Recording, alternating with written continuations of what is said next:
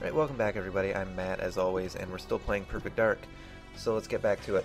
We're here at Daniel Carrington's private villa, and it seems he's been taken hostage, so what we need to do is eliminate some snipers and turn on the power for some reason. We'll let Joanna explain it.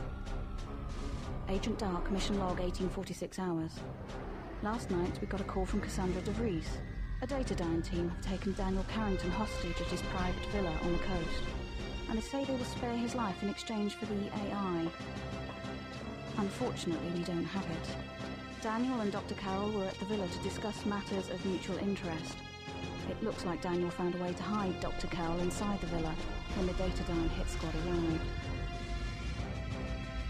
Hopefully, our phony negotiator ploy will give me a chance to surprise the Datadyne squad. This time, it's not just my life on the line. It is right now. Let's get to this phony negotiator ploy she's talking about. This doesn't make any sense. How can you negotiate with Datadyne after you've killed about 100 of their employees? What the hell? Right here, this is the laptop gun. I didn't explain it that well. The laptop gun is a gun that looks like a laptop. So it's camouflaged. People think you're carrying around a laptop and then you shoot them. But did we really think we were fooling them? I mean, the first thing they do is back Joanna to the end of a dock and prepare her for execution. They have to know what Joanna looks like. I mean, Cassandra got a pretty good look at her as she was escaping with Dr. Carroll. Oh yeah, this is Objective 4. It's to capture a Datadyne guard. We're apparently going to interrogate him as if he has any idea what Datadyne has planned. Here I am trying to snipe with a submachine gun, and I am subsequently punished for that. I don't know why I was trying to show off here. I guess I was too lazy. So we just pull out the laptop gun, because that has a zoom, and we'll kill that sniper off in the distance. Right there is essentially where you start in agent mode. Oh yeah, here's a shortcoming of the AI. They can't see through glass, but they can see through open doors. Anyway, in agent mode, what you do is you stand up in those mountains and someone else is posing as the phony negotiator and you have to snipe those guards before they kill her. That makes a little more sense as a distraction, but not much. So at this point we've essentially declared war on Datadyne, and I'm not sure why we're surprised by Datadyne's reaction. You would think that Daniel Carrington would have seen this coming and beefed up security both at the Carrington Institute and his private villa, especially since he's taken Dr. Carroll with him, someone who is of great importance. Here in a minute we're going to see the extent of Carrington's security. Right here is where one of our objectives will take place. That is one of the computers where the hackers will appear. At this point I'm taking out another sniper and I see a man running down the hall. Waiter!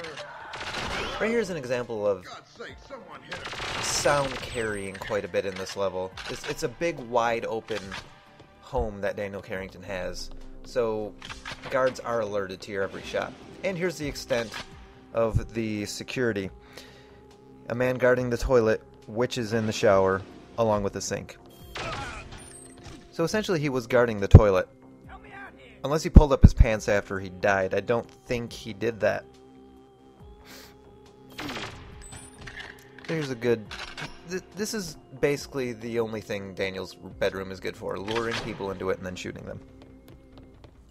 Cover me! And right here I try to lure people down the stairs, but apparently they don't know how stairs work. So I waste some time waiting for the AI to cooperate.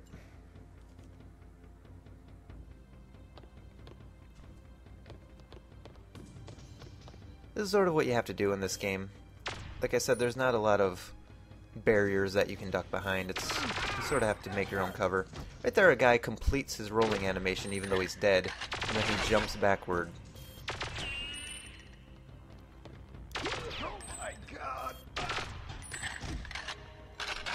Right here around this corner is where the other hackers are going to appear. And the hackers appearing is one of those objectives that when Joanna starts the mission, she doesn't know what's going to happen, but they tell us about it beforehand. I guess dynamic objectives were not something that existed at this point. And there's another sniper. The snipers have literally no life. If you hit them anywhere, they will die.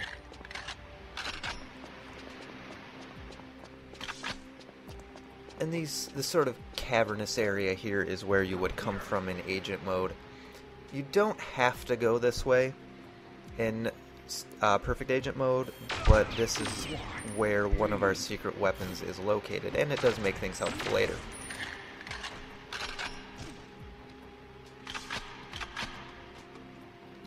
So with some fancy editing, we're going to head into the caverns and show off the sniper rifle and the only thing that it's good for.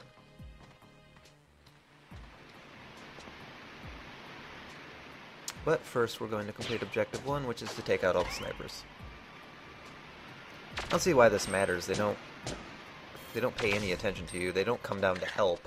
So once you're inside the building, it shouldn't really matter. But we're just following orders. And here, since I never use the sniper rifle for anything, we're going to use it to break open this box and get a Devastator. A Devastator is a grenade launcher, in case you didn't know. And there is one box here in the caverns that has the Devastator ammo, and you have a total of 4 grenades to launch. You'll see later that I waste half of my ammo, but we'll get to that later. Now, at this point, it's important to note that there's quite a bit of backtracking in this mission. It's not too bad, but I do tend to get lost, even though I pretty much know the layout. That's where we're headed.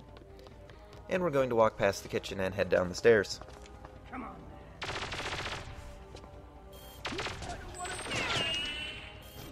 My gun.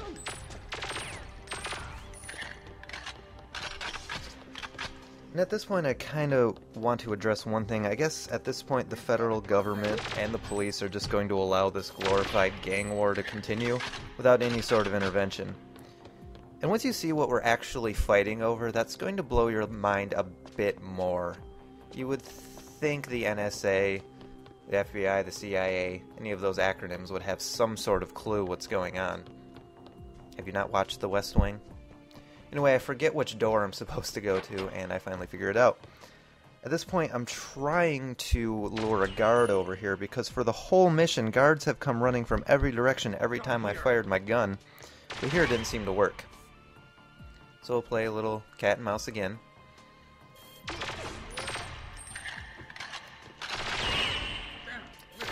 Coming up here is going to be a pretty nice sequence. I got lucky here again. This guy turns around. Holy what? And as I'm shooting this guy, another man runs directly into my path of bullets. Does that count as a headshot, Todd? I think so. And here we head into the basement to turn on the power, and I'm wondering, why is this important? I'll get power to the lower basement. I don't understand why I have to get power to the lower basement. It seems sort of tacked on. Apparently it will allow me to get to Daniel Carrington, but he's behind a locked door tied up. I don't understand why we need power. But we're going to activate the cooling systems for some reason. I'm not sciencey enough to know why that matters. And here the AI is not going to cooperate again.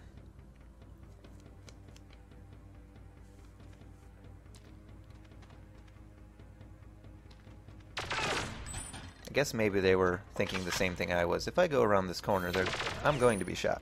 And here we're going to play Ring Around the Wind Generator. I guess it may have something to do with that. If you have threat detector on one of your weapons, the power generator, which is a windmill, is classified as an auto gun. So maybe we're trying to turn the defenses back on. I'm not quite sure. It will remain a mystery. And at this point, I know what's going to happen. This is where the hackers appear. If you play on co-op and stand next to these, and have one of your friends stand next to the computers, the hackers will appear out of nowhere. So here they are using the advanced hacking technique of waving their hands over the keyboard, and I shoot them for that. You know, these guys sort of have the same method that Natalia had in GoldenEye, when she just sort of hit the keyboard with her Magnum. So we're going to kill them for that and head back downstairs. But first I'm going to get lost again. There we go.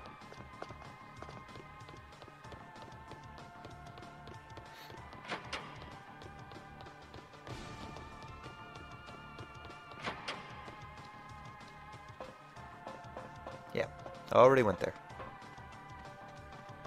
I have no sense of direction. You'll probably notice that as the missions get more complicated.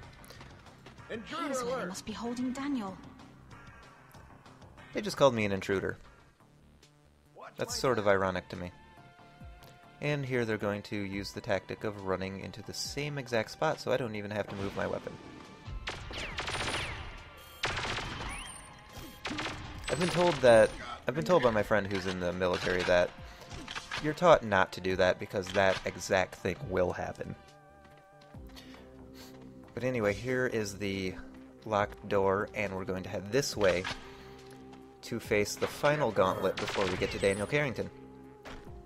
Once we kill all of these guards, the last one will drop a key card that will allow us to get into the final room.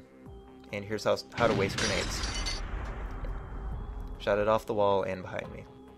And this one will be shot at absolutely no one, and I realize I'm too close for that. It's time to switch to guns. Here's how to use it properly. This is very helpful for this section, but the AI is pretty crippled. If you know what you're doing, if you don't just stand out in the open, you're not going to get hit. And I do promise for the next video I will turn off notifications before I record.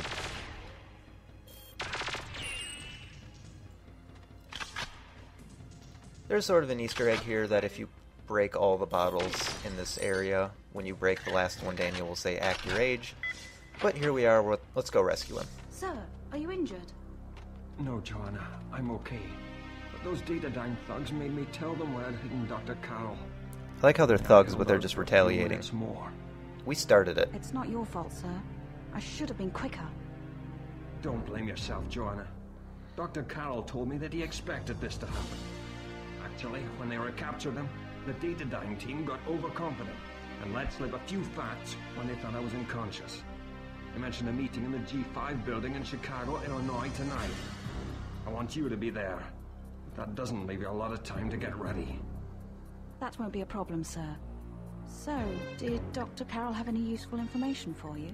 Yes, but I'm not going to tell you. The G5 building is where you finally get a glimpse of why the bad guys are bad. We might still be able to help him, even after those butchers remove his personality. He thinks they'll keep a copy of it in a safe place. Why would they do that? About time I called in some friends to deal with Datadyne. Who are those friends? Find out later. I don't know. Next we're going to Chicago for probably the worst mission ever, but you should watch it anyway. I'll see you guys next time.